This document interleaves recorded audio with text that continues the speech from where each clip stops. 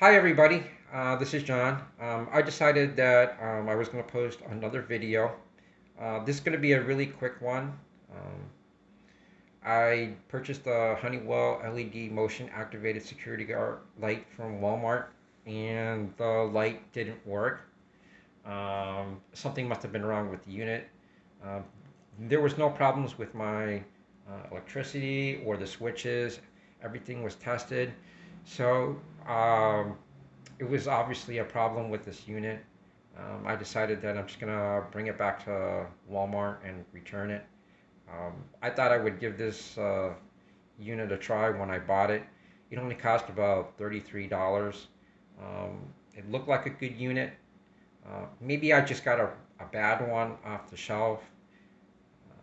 So, you know, it happens, you know. So I decided that I went out to Costco and I got a different unit. I installed it, and that one works perfect now. So this is a this.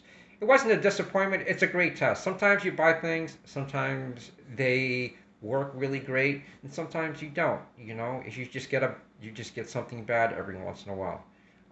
I was just happy that I was able to um, find out now while I had the time and the receipt in order to take it back instead of being able later on down the road, a couple months later, it just stopped working.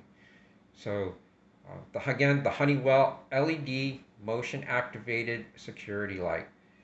This unit cost about $33, and it was really easy to install. I think most of them are pretty easy to install. Um, just checking the instructions, making sure that you hook up the right wires to each other. Again, for those that actually read the instructions really quick.